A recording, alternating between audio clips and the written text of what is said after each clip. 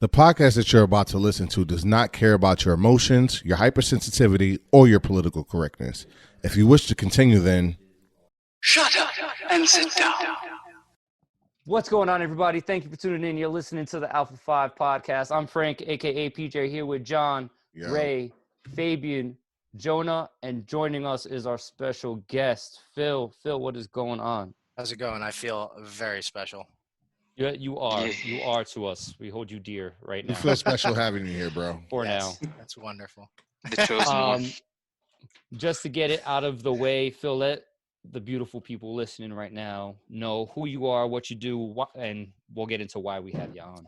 So I am a high school teacher. We all know each other from, would you say middle school, I guess? Yeah. Most of us.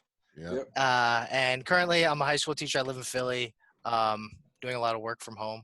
It's really, really not enjoyable at all. Oh shoot, Philly, man. I'm sorry, I didn't mean to interrupt you, but I found that super. Like, I got my question for you, man. Let me tell you, it's not as great as you would expect it to be. It's better than I thought it would be, but it's certainly not an area that I don't know. I thought it would be a little bit more diverse and accepting. But I don't know. Listen, even where we grew up, even though it has all of its faults, was a very diverse area. I grew up with a lot of different people. So here it's diverse, sure, accepting, borderline. What part of Philadelphia do you live in? I live in South Philly. So Okay. It's weird. It's like Philly's like a very like liberal city, and I live in like the area where like all the people have lived for generations. So I live in a totally different part than like what I imagined. Oh, you have a brownstone, bro? I do. I have it's a row. They call them Nice. row homes, right? Yeah. So I got a little row home that I bought a couple years ago. That is I was really kidding, old. Damn. Oh no, I really do. It's not a brownstone because it's not brownstone. It's brick and it's old. But like I'm in the basement now. That was probably like at one point a kitchen or something. I don't know. Okay, cool. Nice. Pretty cool. And you teach? So I teach high school English in the suburbs. Yeah, I teach freshman writing and freshman English in the suburbs. So like directly north of Philly, there's a city called Bensalem, a small town, like a small town, 60,000 people. So, but that's where I teach. So why are there so many Bible names in Pennsylvania? Bethlehem, Like as towns? I don't know. Honestly, I don't know. Bensalem was like peace, and then I think Ben Franklin lived there because there's like an area that's called like Franklin Mills, and like part of his property was up there. Okay, and they got that huge mall, right? Franklin Mills Mall. Yeah, Franklin Mills is the mall Yeah. right there, and that's what Yeah. that was apparently his mill. It's a super historic area, though, right? That's what I love about Philly. Those are the parts of Philly that I really love. Like whenever anybody came to visit, like Monty came to visit from Switzerland at one point, and like we went out all over. Like I take people to like the Liberty Bell, and then we go over and see where Ben Franklin took a shit. It's like really cool. Like no, literally, like there's his house, and like you look down into where his toilet, like his latrine was. It's like That's pretty crazy. Here's the the founding important fathers' stuff grave. of American history. It's That's actually pretty sick. It's like this is the foundation of George Washington's house, and here's where Franklin took a shit. And we got the secondary house in Newburgh for George Washington. The field trip that we all took. Yeah, it's pretty cool. That's all we got. I went to Barbados and saw his house down there. Anyway, Phil, how are you coping with COVID-19 and what it's doing to the educational system and the adjustments? Regards to education, it's killing me just because like a main part of what I do involves interacting with kids on like a daily basis, face to face. Like without having that, because of the technology, like with the way schools are funded and everything, is there's no equity with regards to technology. Like you can't guarantee that everybody has everything you need. So we can't make kids attend Zoom meetings. We can't make kids do virtual classes. Like, it's just like, I'm going to post this assignment. I'm going to record something. You want to listen to me, you can, or you can just do the assignment and hope for the best. And I can't fail you because there's no equity. So I can't give a kid a failing grade knowing that not everybody has the same thing. Some kids, maybe both their parents are home. Maybe this other kid, maybe both their parents are essential workers and they have to work still. And like they got to take care of their siblings. And, there's a million different things going on. Wow, dude. Kids' houses. That's pretty tough. So does that no child left behind really is applying now? Like no child can technically be left behind because of COVID-19. Yeah, I mean, you have to have some form of equity, and especially kids with special needs. Like, if you've ever seen an IEP, I mean, John, I know you have kids. I don't know if any of you guys have kids that are old enough to be in education, to be in public My, education and get well, IEPs. my wife actually teaches the special ed, Oh, third okay. grade special ed. Well, not anymore, but she moved up to something else. She's like a coach for a teacher. But prior to that, she did taught special ed, third grade special ed. And Frank, So you said your wife is a teacher too, right? Yeah, my wife teaches second grade bilingual, Okay. so she's got a lot of kids. So I mean, they're not special ed, but because of their language deficiencies, run into their own challenges because testing is done one way, Yeah. but they're taught another. So she kind of is bridging that gap, and yeah, I know that she's having a hell of a hard time, and she's the Yeah. tech link what? in her school. And side note, man, and maybe you can let me What's know an if this is true or IEP not. though? So the IEP is the individualized education plan that any kid Mhm. with special needs has, and it has a whole section called specially designed instruction that outlines what you need to do in order to make sure that that kid gets a fair education. And so many of those things require you to be there. Like a lot, some of Okay, them okay, okay, are sit the okay. kid in the front of the classroom. Other things are like get the kid's attention without just saying their name. Like proximity, standing next to a kid, Mm-hmm. putting your hand on their shoulder, or hand on their desk, like things that with social distancing now I don't even know how people could do. And if you don't do it, you're breaking the law. Okay. Mm. It's crazy, man. And Phil, I don't know if you can chime in on this or not, but one thing that my wife kind of tells me in terms of like IEPs, it's difficult because teachers do it, and teachers could have like a real fucked up day, and just because there's one kid pissed her off or him off, they would be like, all right, well, this person needs special needs, boom, and goes in his record, and now the kid who potentially didn't need an IEP or that special attention now needs a special attention because this one teacher had like an off day. So I found that a lot with regards to classification of emotional disturbance and kids of color. Like Right. one of the papers that I had to write in grad school. I went to Mount St. Mary in Newburgh, and I got my degree in special ed. And one of the papers that I had to write was about disproportionality, about how you would say Black people represent what, like 25% of our population, 30% of our population, but Mm-hmm. 80% of people or kids classified emotionally disturbed are Black in a Mm. school or whatever. So the idea is, how is that possible? Are Black people inherently emotionally disturbed? The answer to that is no. There has to be a reason why that percentage doesn't match up. And obviously an easy answer is bias and testing, but there has to be a determination of how that's done. And it's not easy to get a kid special ed. So it's not like I had a bad day and I said, you need special ed and that's it, you're done. There has to be tons of testing done, and there has to be a lot put into it. So it's definitely not based upon one person's bad day. It's not based upon one person being racist either. It's like, what is the system that's causing that to happen? Right. There was another thing where like Asian kids are more likely to be gifted, and it's like, why is that? Is that a cultural thing? Is that a racist thing? Like, why is that situation? So there's a lot of disproportionality when it comes to those types of classifications with kids, and the question always is why with any of these things. Oh, Okay. yeah, you just mentioned the Asian kids being gifted. I actually wonder if it's more discipline that's behind the Asian, I guess, success in education. Maybe that's something that's kind of implemented more within Mhm. the Asian culture than other cultures. A lot of things, and the issue is like a lot of this evidence we have is anecdotal. So like what I found is the population that I teach, I have a large population of students that are from India, or Hmm. their parents are from India, and I found that there's a lot of push for success, but some of it is at the expense of hard work, and like you need to get an A, so you've copied and pasted. I had one kid turn in an Emily Dickinson poem and swore Mm. to me 3 times. I tried to tell him, no, I know you didn't write this because no, one, you never show up to class, and two, you do not speak English this well, and three, we don't write like this, and four, anybody can Google this. Like that should have been number one, I guess. But he wouldn't admit it, so I had to give him a 0. And I was like, dude, I gotta turn you. And like another kid, I've had two Yeah, that's kids. crazy. One kid, a kid No, submitted but I a think it's paper. awesome that you gave them that many chances. Dude, I mean, I was not perfect in high school. Um, A lot of us were not. I was just perfect gonna in say high that. I was school. not. I perfect in don't high think school. none of us I six just- here were good. We're perfect at high school I'm or being good at high very school. I don't know what y'all diplomatic. talking about. Very Shit. diplomatic when I say Uh, this. yo, Frank's got to be the John- one to sit there and try to wave Yo, the flag. John and Fabian got some stories, man. Don't sit here and play the innocent man. Listen, I I went to got school with them. I stories. know their story. I know a lot of their He stories. was there. See, I was look, there. Phil I was too. there. Look at that. I was Yeah. there. Although during a lot of those situations, I just sat in class because I was Yeah. too lazy to get. I sat in Mrs. Well. Slaver's class during that first riot. During riot Yeah. number 1.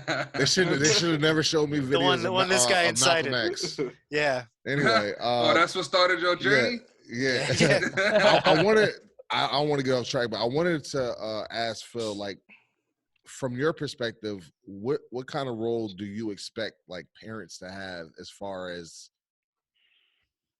teaching the kids, like, you know, distant learning and stuff like that? Because I can say as a parent, having to help explain to my kids like fractions and decimals and stuff like that, because I have a 10-year-old, and so I can do fractions and decimals, of course, but I can't teach a New York curriculum. Like, I can't teach it how they've been teaching it in school. That's why I don't teach math. That's why I teach English. I Well, I can never teach math. But that's the thing. But that's universal. your point, is you can't teach those things. So I could never expect a parent to teach those things. And like me, I am like a very permissive, forgiving guy. And like my concept is like, if you're writing, just write. So like, I don't expect the parents to help the kids at all. I expect the parents to push the kids to get on the computer. That's it for me. That's like a minimum. My wife teaches kindergarten, and it's totally different. They have to. That you have to help a 5-year-old because they can't read and they can't follow those directions, and that to me is going to be nearly impossible for some people. So like, I can't imagine how your wife is doing it, man, because like kindergartners are so like hands-on and have to be involved. Like, you can't just sit them in front of a computer. I have a 6-year-old. She's in kindergarten, and I'm having a real hard time like showing her she gets certain concepts and stuff like that, but I'm not a teacher. I'm just your dad, you know. But you also have more than one kid, so it's also impossible to do that. It is impossible. And the understanding is that like any school district should be forgiving and understanding that every single parent at home is working or is not home because they're working. So the idea that I expect you to do anything, it's kind of, I don't want to say arrogant, but it's arrogant. So I said it. I don't want to say it, but I did, because I can't think of another word, because I'm expecting you to do your job and then teach a kid too. And like, and then there's plenty of teachers that are doing that too. Yeah. And like, their jobs are hard too. And it's not entirely possible. But at the same time, is we can't leave kids without education, especially young kids, because we know that school to prison pipeline. If you don't, the correlation between reading in 2nd grade and going to prison, if you can't read in 2nd grade, you're far more likely to end up in prison. Like, kids need to learn, man. That's kind of crazy, man. That's actually kind of crazy. I've heard, actually, I think it's been, I think even like Fauci came out and said it today, if I'm not mistaken, that it might be very possible that kids won't even go back to school in the fall. And well, I guess it was implied. Yeah. So what he said was that you can't go back you're going back without a vaccine or treatment, that you can't expect vaccine and treatment by fall. Jonah, what'd you say about my man's? I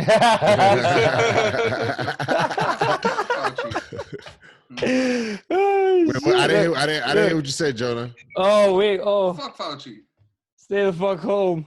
Dr. Anthony. All right. Probably. What'd you say about my man's? He said, fuck Fauci. Nah, I heard him both times. I heard you every single time you say that. I hear you every single time you say that.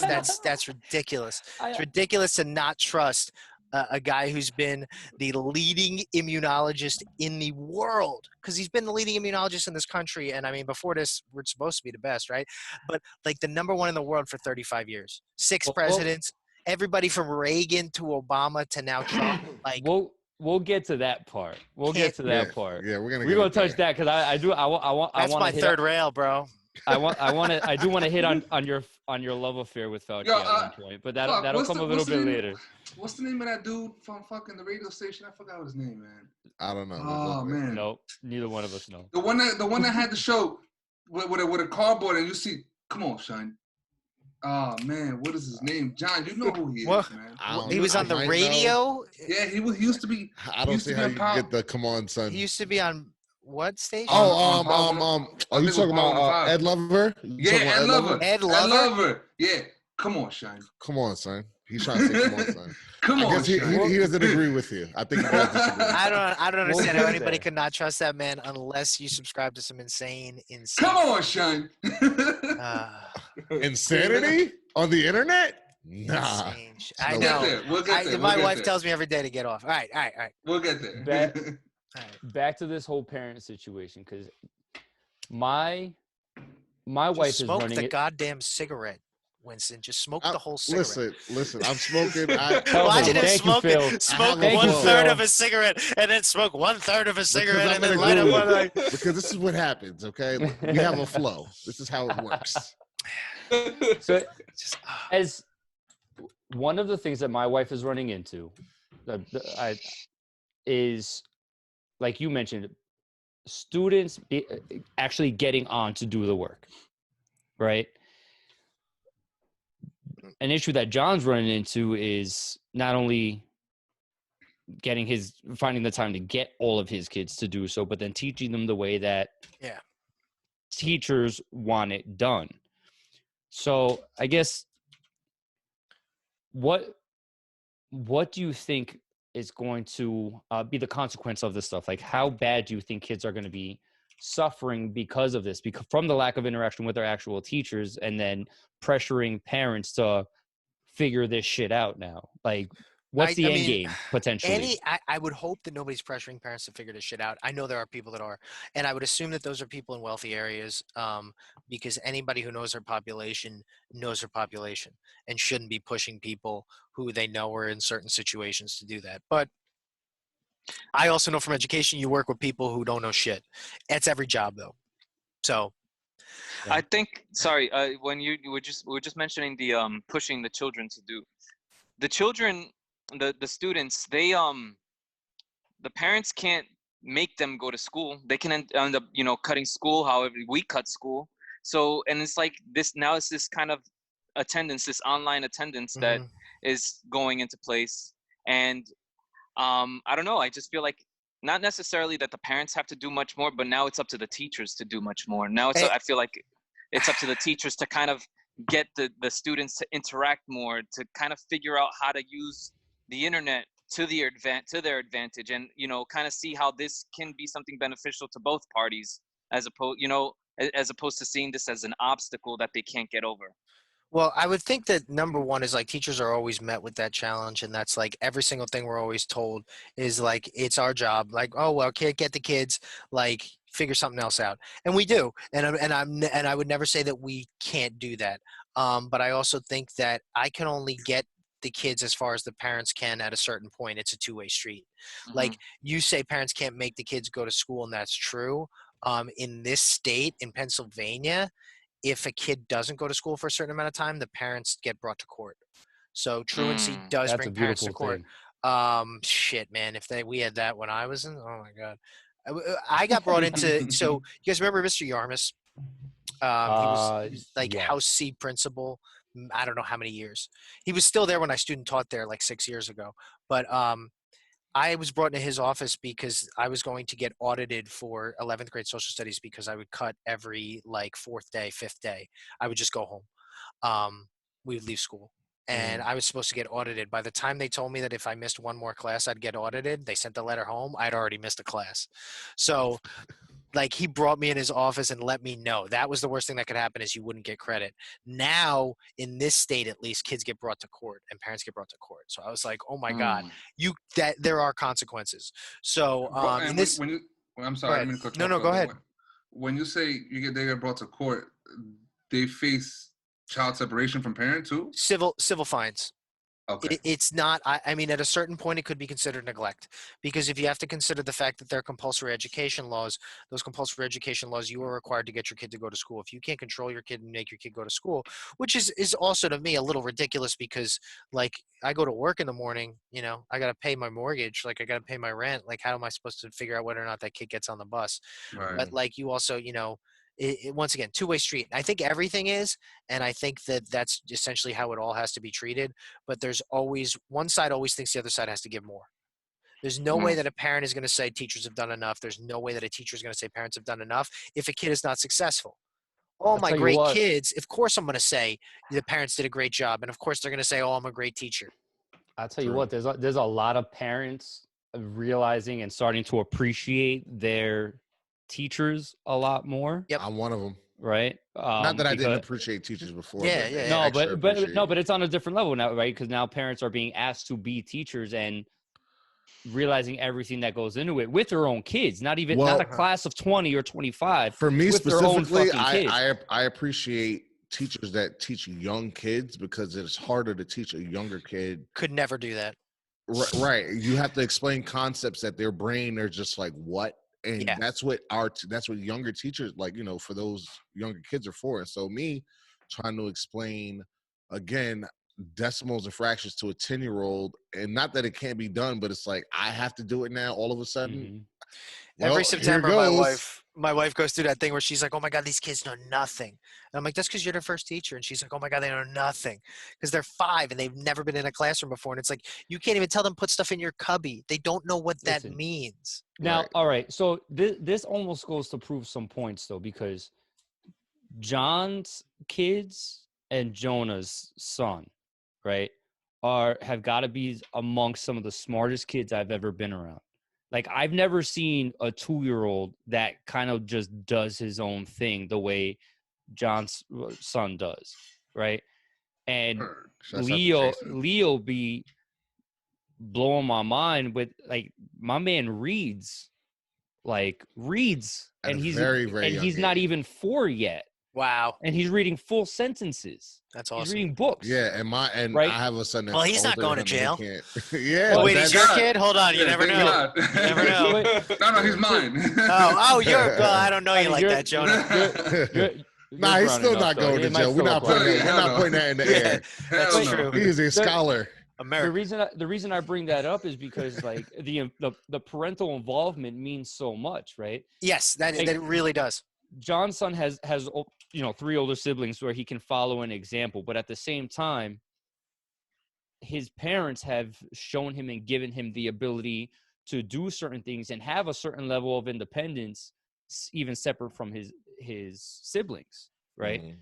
And Jonah's son has those abilities because of the work and effort that they are repetitiously doing to get that knowledge base into him, where you have but meanwhile you have teachers like your wife who are getting kids where these kids know nothing. Well, that's it for her. You know? It's all dependent upon what the parents do. And she works in a Right. rather low income area, so she doesn't end up with kids whose parents have sent them to preschool or even know. She ends up, there's like some kids, they know 20 something letters. And then there's other kids that literally don't even know the letters in their own name.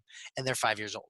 I find that so Jesus. interesting. I see it as this, right? It's one way to respond to it. Interesting. Frank, you said that me and Jonah's kids are some of the smartest kids that you've ever seen. And I don't know, I do believe that, like, not that it's intelligence based or genetic based, but it's kind of like environment. I was raised upstate New York. I was raised in the city like the rest of my siblings. And so my care about information and education is way more now than I grew up in my house. But I grew up in a different environment. Well, I'm the youngest, so we moved upstate by the time I was a kid.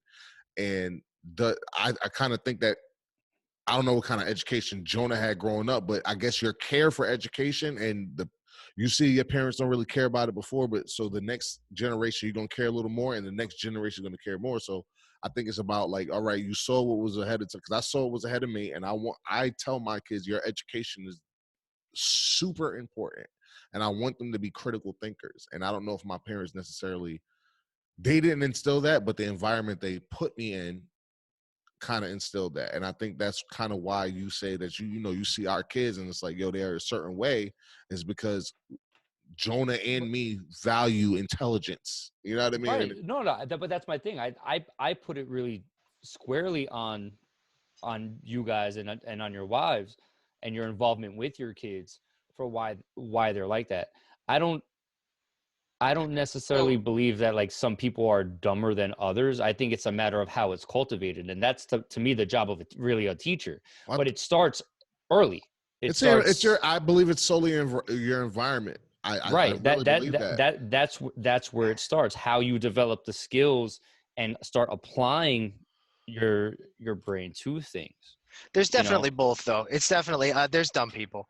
Look at Facebook. Like you saw that. I was trying to be nice. Look at the internet. Look at the internet. There are dumb people, and it's okay. Yeah. Like But they're older already. No, but like like George Carlin, he used to say, like, if you look at the average person and like you think about the fact that half of the world is dumber than that, like there's dumb people, and also and there's smart people who then, like, people who are genetically smart or whatever, who grow up in crap environments and end up doing stupid things. So like it's both, certainly, environment. And I was also going to say it's a statistics game, because like, Frank, how many kids do you know? Like maybe your kids are the only kids he knows, guys. Like maybe they're not that smart. Yeah. These guys really thought about it. Oh man, maybe my kid's not that smart. It was a joke. I'm sure your kid's a genius. Like, wow. Yeah, right. Like, everybody got real quiet. Like I sucked the air right out of this whole podcast. Listen, my son is a genius or smart, whatever Frank wants to say, because of my wife, man. It has nothing to do with me. I'm serious. Nah, I'm serious. take some credit. No. It's the truth. It's the truth, because in to your point, John, when in my upbringing and stuff like that, like, education wasn't really a thing. Like, I grew up in the hood, you know what I mean, and it was just being outside and, you know, doing crazy stuff. But I didn't grow up in the hood. But you're smart enough to know that, though. Right. So that's where I was kind of agreeing with John, because now I know that growing up, like, my parents, that wasn't over my shoulders and stuff like that. Like, hey, you got to do your school thing and learn and read your books and stuff like that. Like, I wasn't doing it. I was just outside in the streets, hanging around, doing street shit, right? Mm-hmm.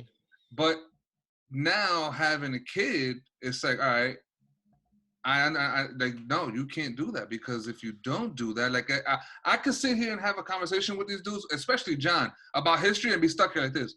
Fuck we talking about, man? I have no idea what you're saying. You know what I'm saying? Yeah, right. So now I understand, like, yo, maybe I should have paid attention in history class. Hey, Leo, you got to pay attention in history class, bro, so you don't look like me.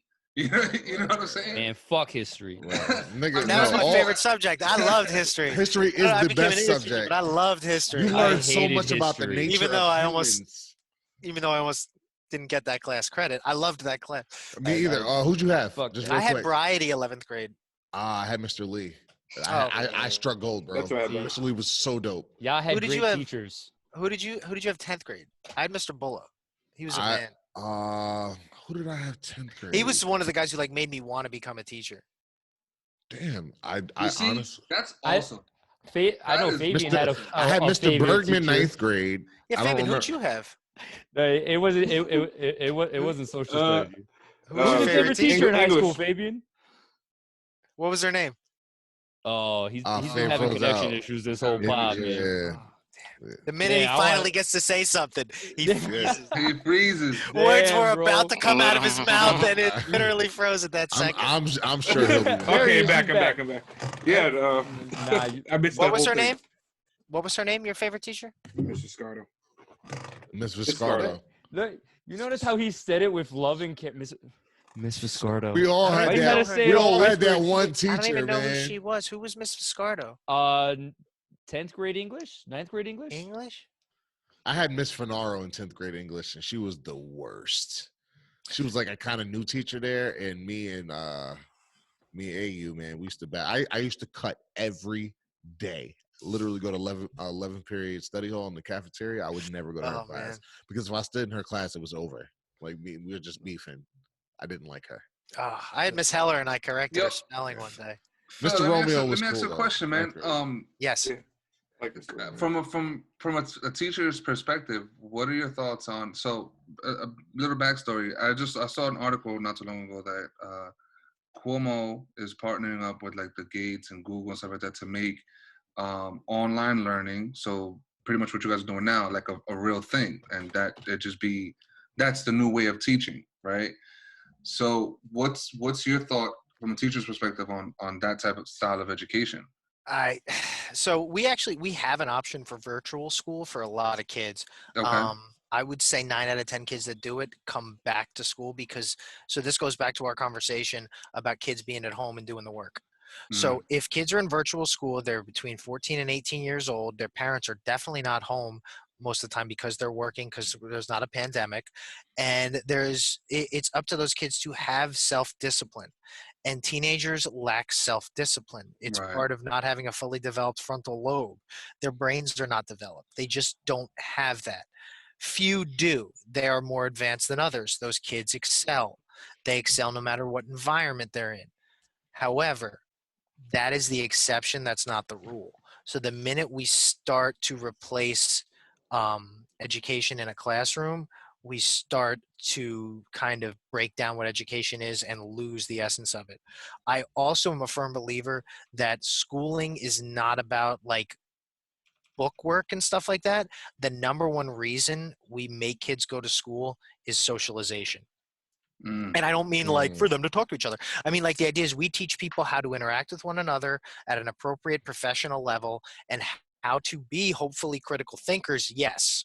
But the number one thing I do is I help kids learn how to deal with people, because really that's all anybody ever has to do in their lives. Right. Yeah. So like when they have a teacher that they hate, I go, well, at some point in your life, you're going to have a boss that you hate.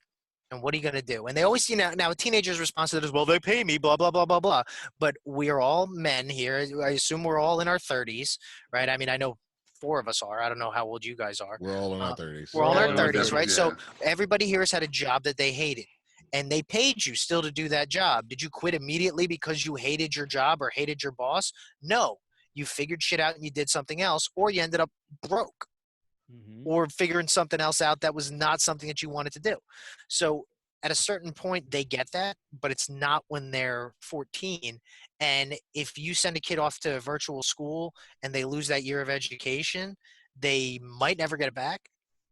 Or we might be delaying their development and putting them off into being an adult later in life. And we become adults later and later in life. I mean, I thought I was going to be an adult at like 21, and I feel like I'm still not an adult at 34. So, Word. you know what I second that, mean? man, Like, for we're a sure. different We all have a generation. little a piece of that. So yeah, and if we Phil, keep pushing that off, that's terrible. Yeah, go for it. So Phil, I'm assuming after Cuomo's comments recently, I'm pretty sure. I mean, that's what I was going to ask you. I'm actually pretty happy that you brought that up. That the new wave of learning and trying to push this new virtual learning and doing stuff at home. People seeing the benefits of it, even employers and stuff now. But now it's seeping into the education system. And it's funny. It's one thing we agree on, because I think that's very important for that social interaction. I dealing think with people. It's scary that if we're going to go down that road, because Yo, we're gonna live in a Ready Player One world, man. Dude, I'll tell you this much though. Learn, like some being conspiracy bullshit, a though, teacher. I was just saying that. It had nothing to do with I was about conspiracy. to say, dude, come on, man. being I a was just saying teacher that. of teenagers who grew up with phones in their hands, though, like, so Fabian, you talk about that interaction and how much we agree on that. Like, that's my biggest issue. That's where I feel like these kids drop the balls, because none of them know how to interact face to face. They know the phone interaction. They know the tough guy say whatever you want with no consequences. They know the idea of The internet thug. the internet thug, and That's also 6ix9ine life. the idea that snitch. No, The he's idea- genius. But they all love to say no snitching. They love to call teachers snitches, which is my favorite thing, because like I can't snitch. I am the authority, you idiot. Like, it's like you're gonna call a cop a snitch? Like, a cop is not a snitch. Morons. But anyway, see, Frank, there are dumb people. No, there's not even uneducated people. No, because even when There they're are educated, dumb. they're stupid. They are Listen, dumb. man, I'm seeing a lot of educated people doing some dumb stuff, man. Oh, who you I know a telling? lot of I don't smart even- dumb people. Yeah, let's talk about educated people doing dumb stuff. Will you talk about the Plandemic finally? Yeah, I would really like to. We can get into that, because one of the things that you just mentioned, right, was a lack of critical thinking. Yes. Right? So, especially amongst youth, I think universally we can all understand that that's very difficult to do at home, right, for our kids. But now as adults, recently this whole the Plandemic video came out, and you've got some strong opinions for those who have taken umbrage in it. Is that the right All way right. to say So that? one thing though, it's interesting. No, you phrased that totally wrong, but that's fine. Oh, thanks. You take No, umbrage when English somebody English else does teacher. something wrong. Yeah, bro, I'm an English teacher. I'm not gonna let you listen. So that's my thing is I don't let people do things the wrong way and then just like let it slide. And this We're is simpatico, guy. We're simpatico on listen, that. guys. I I told said Winston that this the right. other day, Fuck man. yourself. I know like a lot of us haven't seen each other in a decade. I know, like Fabian, I only see you at the worst moments. I think we've seen each other at wakes or funerals or like Yeah. like I have not seen you at a good moment in a long time, but I've seen you more recently than anybody. But like having not seen you guys in over a decade, I haven't really changed much. I don't let people get away with shit that I think is really wrong or really stupid. That's why I always fuck with Trouble. you, And bro. it gets me in trouble though. But it's not something that like my wife hates it. Like she's like, why'd you have to do that? Because I also posted it at like 7 a.m. and then like went back to sleep for a little bit. And she's like, Yeah. you would do that. Um, Well, it's called integrity, and I like people who show integrity. They don't just say they have integrity; they actually prove it on some level that yes, I can. I am a person of substance, and I admire that in people. I mean, honestly, Tell us what your issue was with the Plandemic thing first. That So- way so- people understand where we're coming from. my big thing was that I knew immediately, I recognized it immediately as fake news or whatever you want to call it. I recognized it immediately that it had a false agenda, and I started doing a little bit of research into who that woman was, what she got arrested for, and who her publisher was. And as soon as I found that her publisher really loves to push that vaccines cause autism, I immediately was like, all right, there's no way she's credible. So my big thing was that I started telling people like, yo, this is misinformation. And like, you're sharing information about a dangerous disease during a pandemic. And So people, who was the publisher? Who were those people? so That, the publisher is Skyhorse Publishing, and Mhm. they continue to publish works by a man named Andrew Wakefield. Andrew Wakefield published that paper that connected the MMR vaccine with autism. He has since had his doctorate revoked for publishing that Mhm. paper because he fudged numbers and it is false. So they continue to publish his stuff. They continue to be associated with him. And there are recorded videos of their CEO saying that they will continue to publish things linking vaccines and autism. So I saw people sharing Plandemic and like, yo, this is dangerous now. Like, this is misinformation. Like, these people have an agenda. And one person tells me they're a free thinker. Another person made it a dichotomy between religion and man and saying that I was just being arrogant or that I was putting faith in man and he was just adding to the conversation. And that people kept saying that they were free thinkers. And the thing that I loved was that like anybody who I know who considers them a free thinker always happens to share the same bullshit. So like how could all of these free thinkers be sharing the same thing? Is that a free thinker? Is that an independent thinker? And like that doesn't mean that anybody who questions the mainstream is not a free thinker, but it's everybody who shares the same shit isn't. So by I saw definition, that, you cannot be a free thinker. All right, so exactly. Let me just We're ask independent. a question though in regards to sharing the same shit. Yeah. So that video, and I'm not speaking to the legitimacy of it or not, Mhm. right? It's That fake. video was repeatedly being taken down very shortly after it went up, right? Mhm. So is it possible that those sharing it were sharing it really just to get it out there, not necessarily because they agreed one way or another, but just to stop it from going away? Yes, and I wholeheartedly disagree with that because one, there's a reason it went away, and I understand the concept of censorship. I also understand what the First Amendment means. A lot of people don't. But like the whole concept of just sharing it, like you don't just share things that are complete bullshit. And that's what I think is like you can't disregard the concept of legitimacy when you're sharing things. And it also as years ago, do you remember when ESPN, which is at the ESPYs, gave a courage award to Caitlyn Jenner? Two things that mean jack shit, right? Like I don't give a fuck about the Kardashians, couldn't even care less about them. And I don't give a fuck about any awards that ESPN gives because they're immediately irrelevant. But suddenly people cared. And then a fake meme was shared with either a guy with no legs or a veteran or somebody who didn't get the award who was number 2, right? As soon as I saw that, you Google it and you go, there is no such thing as number 2 for this award. Nobody ever announced number 2. That's a completely made up thing.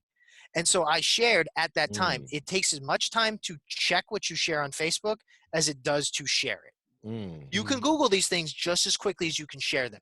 So when I see stuff like that, that's what infuriates me. Is it so easy to just check this stuff and find out, is it true or is it bullshit? And when I find out that a publisher is bullshit, I know that most of what they publish is lies. So go ahead. What about this? Because I believe the pandemic is a true thing, right? However, I don't disagree with what you're saying. I find truth in what you're saying as well. However, what if the agenda that you're speaking of, right, that people are trying to push, is the same agenda that's trying to stop the people from pushing it? In other words, what if the girl, that lady, whatever the hell she names, and the Judy Mikovits Americans or something. Yeah, Judy, whatever. yeah. What Judy. We'll call her Judy. We'll call her fake bitch. All right. I like that better. What if the people that are trying to censor her or to stop or pretty much discredit her are also doing it because they're also just like, yo, this lady's probably giving us some real shit, and I know the people will feed and believe me because I'm the credible guy over what she already discredited herself. Well, actually, I just say that. Why just say that? You know what's funny? Because in that video, she's gotten in trouble. She's lost in her doctor. She didn't lose her doctor, but she's been discredited. But what was Fabian going to say? No. Whether or not, which yes, I mean, if we're just talking about credibility, that's one thing I also have to talk about a little bit, because when you're talking about certain people in positions of power trying to discredit you, there's usually an agenda behind that, right? Scandal. Scandal's a perfect show. She actually covered that saying she was discredited. That shows you how it could be true. She covered that. Show. That's not why they call them shows. They don't call them shows because they show you how things could be true. Jonah, I think we misinterpreted the name show. Yeah, they're literally meant to appeal to some form of emotion that you have. All right, but wait. So Fabian, go. Fabian. So my thing is that whether or not she did cover that, saying that she was set up and other stuff. Whether I believe that is true or not. Yeah. So if you look her up, automatically she's all of a sudden deemed not credible because of her criminal past. But she did say she was set up for whatever reason because of the stuff she put out there. Whether that's true or not, all I know is that there's been a lot of times in history, especially if you're barking up the wrong tree, if you can't destroy the message and it's going to get too much popularity, the next best thing is to discredit. And that's exactly what, like Phil says. The second you research that, find out what this person's about, you automatically freaking everything they have to say is not valid now.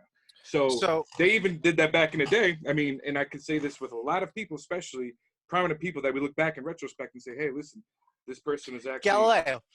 Galileo. Dr. King. They try to label Dr. King, the government, as a communist. No, well, hold on. Well, they also tried to catch him cheating on his wife, which he did. But anyway, so like the concept of credibility. So like, Dr. King was kind of guilty of that. They released the tape to his wife, which is crazy. So he's a communist. So he cheated on his wife. So I love it. Government. So here's the thing, Fabian. You ever try to keep a secret? You ever try to keep a secret? I think we all have, don't we? Yeah, how's that? Hey, we all have, meaning you tried and it didn't work. So like, just like that, a conspiracy is a huge secret that has to involve so many more people.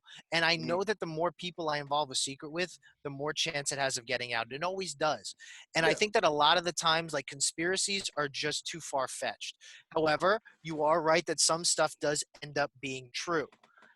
But in this situation, she was discredited 10 years ago, long before this shit ever came about. She was discredited in like 2011 for a fake paper that she wrote, that she falsified information also with regards to, I think it's XRM, some sort of retrovirus that she made up.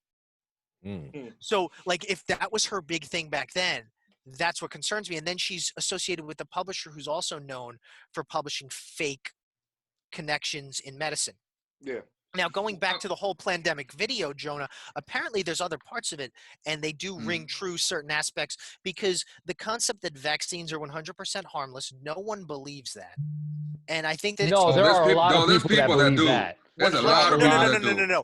100% yes, harmless. There are a lot of people that believe that. No one has any reactions? There are a lot of people. Think about how many people are on Earth, Phil. There are so I guess there has to be somebody. I would like to find a black and white issue. It's a black and white issue. It does not. There's no way it's a black and white issue. That's what I've seen. I've either seen people that are anti-vaxxers or they're just no. Listen, I am 100% for vaccines, but I also recognize that if you stab me in the arm with something that is man-made kid and that is related to an illness, something fucked up might happen. No one is saying 100% that they're obviously that no. Listen, my wife got a flu vaccine like 5-6 years ago, and her arm felt all fucked up, and she still has not does not have 100% strength in her left arm. Things happen. Things happen. Can I tell you something, man? Yes, go for it. I'm one person who might be considered an anti-vaxxer, right? And I appreciate what you just said. 100% appreciate. Because there's no way that anything is 100% in the same way. But that's medicine. There are people that believe well, those people that, are assholes. It's the same way like I think libertarians are assholes and socialists are assholes because these are idealists that believe in this whole thing that could be perfect. Nothing's perfect. Like nothing is perfect. The vaccines don't help 100% of people. Sometimes they don't work, and sometimes they can harm someone. But I still think that they should be that most people should get them. It's probably more good than harm. When listen, we're gonna have a kid in 2 months. My wife and I. That kid's getting his vaccine. Congratulations! Congratulations, man. Yeah. And we are 100% getting that kid vaccinated on time. We already had a meeting, a Zoom meeting with the pediatrician, and they were like, "We vaccinate." Well, that's interesting because I delayed my kids. I didn't not vaccinate them. Some of them got to go to school, but I delayed them as long as possible. And like because my wife is an John, when I have kids, like I follow along those lines. Like I don't. If you look at the vaccines, for example, right, that were around when we were born, right? Haven't they tripled or quadrupled in dosage? Not what it is, but how many you get. Is that true? Because I don't know because I was a child. That's a fact. They have. No, it's a fact. It's a fact. You can look it up in the CDC schedule. When you look up the schedule, you can trace it back to our age and before. And our age, when we were growing up, we had somewhere between 7 and I think 12. I think somewhere around there. Now, or it might be 7 and 14, somewhere around there. Now we're up to like 72. Well, I don't think necessarily a lot of the people have a problem with not the amount, I guess. It's just the amount, like, because they're frequency. It's the frequency. Well, it's the amount of doses that you have to get. And I also understand any person of color being skeptical of the government and of medicine. I don't blame that. Yeah. Well, and that was in another. Actually, no, in an article I read, John, you shared it. It was the article that you shared that mentioned that. And it's like, I read this online. That Forbes article that you shared, and that makes sense, is that any person of color being skeptical of the United States government, I can't question that skepticism, but I can certainly steer you in the direction of it's probably not as much of a conspiracy as you think. You know why so many people, though, flocked to the Plandemic? What's an easy answer? It's number one. It's an easy answer. It's not just that though. It's if you look at mainstream media, right? Fauci's a god, right? Your boy, he's a god. He is the answer we've needed all along. You reaching, but I get it. Yeah, I don't think that anybody I think that's a projection. He's glorified on mainstream media. He's glorified, but he is not treated like God. But okay. No, I'll agree with the word glorification. So is Dr. Phil. He's Dr. glorified. Phil people listen to Dr. Phil more than they do Fauci. People listen to Dr. Oz too. And Dr. Phil doesn't even have a fucking doctor's.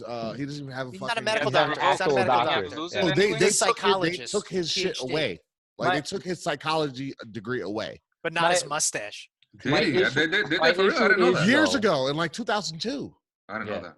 I saw a documentary. He's an Oprah doctor. Him and Dr. It was a documentary without eerie music, which was my first key about the Plandemic. The second you put on Ken Burns never did a fucking documentary with a bunch of fucking music that made me feel shit. And that's how I knew as a simple human, as a simple-minded person, that, this is bullshit. The music. Why you got to make me feel something? Why are you not just trying to give me facts with the documentary? That's how I know you have an agenda. I tell my wife this all the time because she's always trying to show, look at this. And I'm like, no, what is the tone that they're trying to set? Are they just trying to really give you information only, or are they sitting here trying to? They were all ominous in Plandemic. Listen, I don't want to. So my question is, I don't want to derail. I don't want to derail. Raise your hand if you think 9/11 was an inside job. Halfway. No, I knew you would. Jonah, I don't know you, but I knew you would. I knew you would. I knew you would, and that's the only reason why I asked, because I didn't think that anybody else really would. Even Fabian, I didn't think you'd go that far. But Jonah, I knew just from a little brief conversation that you would. I asked that just for you. We're gonna move on. Frank, Phil, away with the questions. Yo, Phil, we just met today, man. But You're cool as shit, bro. I like you. I like you, How Jonah. judge me, Jonah, bro, but we're Jonah, cool as I shit, like bro. you. I like you a lot. we Get along. we might debate a little bit, but it's a good debate, bro. That's see, Listen, I love all opinions, man. So that's the thing is that's it. So in summation of what people said about me was that I didn't like people thinking differently than me, and that's bullshit because I love to argue. So there's no way that I want everybody to think the same thing as me. What I want, and especially with the Plandemic things, I just want people to follow fact and logic. And if that shit is fake, you can't just share it and just go, I'm adding to the conversation. Okay. It's like, go for it. So based on that, right, the fact essentially is based on what you find or what you're told, right? Because none of us here are actually doing the research. Is that fair to say? True. Fair. Right? Fair. So this kind of goes, I think that what somebody was mentioning, when you consider what you want to believe and what you're going to follow and whatnot, and the research that you do, right? At the end of the day, all you know essentially is what you're told, right? So like what Jonah was saying, I think it was Jonah, that this information is being put out there, especially in mainstream media. Majority of people are following what's being said and what's being put out. Plandemic comes out, right, as a complete contradiction, right? Then Fabian was talking about how, well, when you go against the main, right, there will be others who shoot you down, right? Yes. So that's where my interest in Plandemic came from, was because it gave an alternative, because there were videos of actual doctors, of nurses and whatnot, weren't there that were chiropractors used in that. Weren't they? I heard they were chiropractors. Chiropractors are not real doctors. I used a chiropractor after I got into a car accident. They helped me with my back. They are still not real doctors. Yeah, but they were chiropractors who. But do you know what chiropractors are? They're fucking witch doctors. Go on. My whole thing is, that's though, intriguing, man. Why'd you say that? If you My fault, that's Frank. besides the point. That's actually a common My fault, Frank. But yo, Phil and I we got something going on here, he yo. wants this. All right, y'all can have a Jonah bromance wants me to later. bring the heat. He wants me to bring the heat. But, so listen, I will come on another episode to explain why chiropractors are witch doctors. There I you have go. no trouble with that. Word. It's the first time I heard that, so that's why I was like, wait, what do you mean? Oh yeah, My dude, they main got bones issue- through their noses. We'll be on that.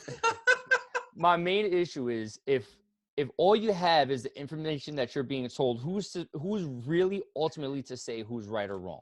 Peer-reviewed journals. You know what I'm saying? What was that? Peer-reviewed journals. That's my only thing, and that's the only thing I could rest on, because that's science, and like that's like I rest on.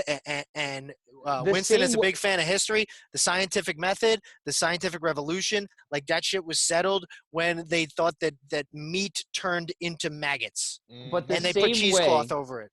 The same way, though, that information can be kept That's off the not true, internet, though, man. right?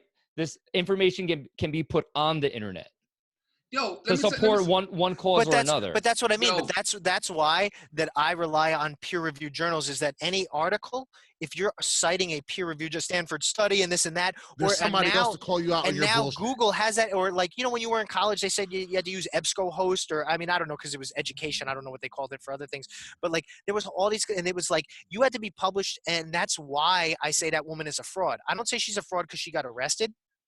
I say she's a fraud because they had her paper taken away and people got fired for supporting her because it reached a false conclusion because other people tried to replicate it and said it was bullshit. That's science. Like, that's why we have the things we have. That's why I'm able to take the medicines I'm able to take.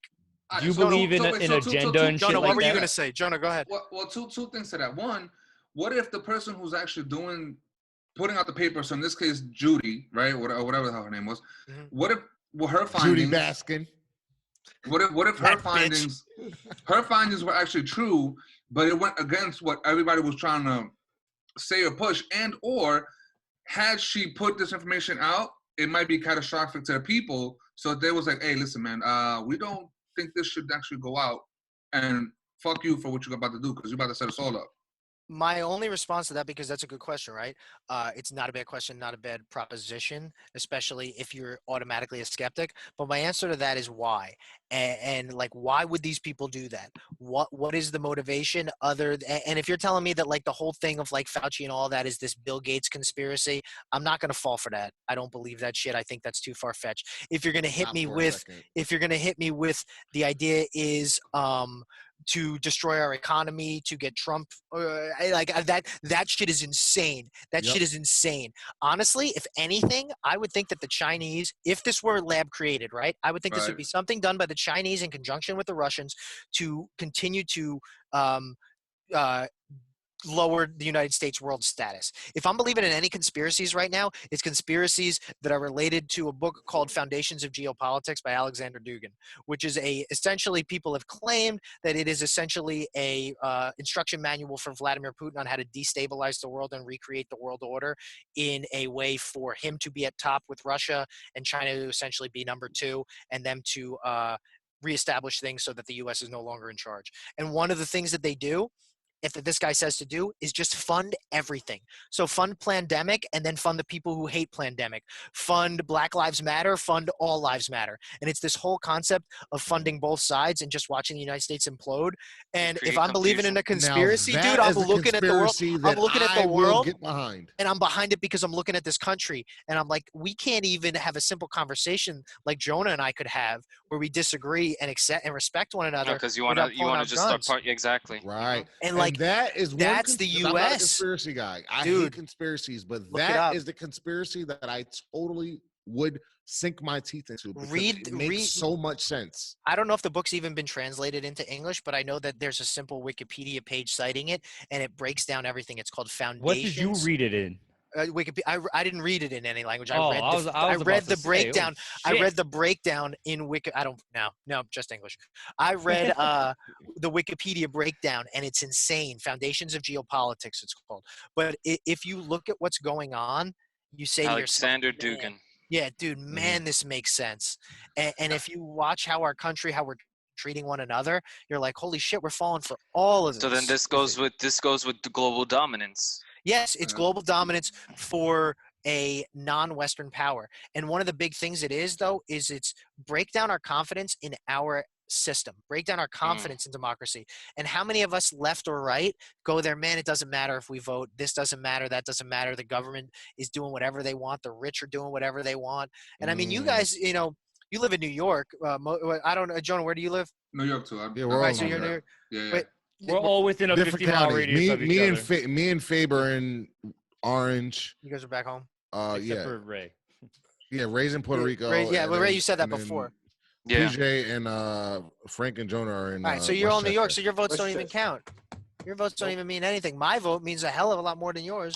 Yeah, because our New votes York mean nothing. New York goes blue. Yeah, Yep. exactly. Always. Because of the city, and it doesn't matter, even though like everything north of the city is As Republican. Republican. Everything. My parents My voted parents for Trump. Yeah. And in Puerto Wait, Rico, you can't what? vote for that. Yeah, Your parents were the two black people that voted for Trump? Oh my God, that's amazing. The two black people that voted for Trump. I found him. I found him. Me and my mom still got semi beef over that shit, man. Because I told her we're two totally different ideals. Fabian and I voted for Trump too. My father swore to me Well, you guys suck, bro. swore to me that Donald Trump would never become president. I had to call him the next day, like, yo, what the fuck are you talking about? You don't know shit, Dad. Listen, man, I don't begrudge people for voting Republican. I'll begrudge anybody for voting for Donald fucking Trump. I mean, like I know, and I begrudge that. I begrudge you for that. Like, I think I don't think less of you as a person. Well, yeah, I do. No, I do. Frank, Frank, I don't. We've known each other a long time. I don't think that makes you a bad person. Like, I'm not like that about it. He's not like a bad guy. I have no problem telling you my Donald reasons, Trump, though. Yes, but did you get what you wanted? It was the emails. Actually, I did. Okay. I got what I wanted. Okay, so that's the question: is do you feel like you voted for Trump and like your vote didn't count for shit? But do you feel like Trump has given you the reason why you voted for him? Yeah.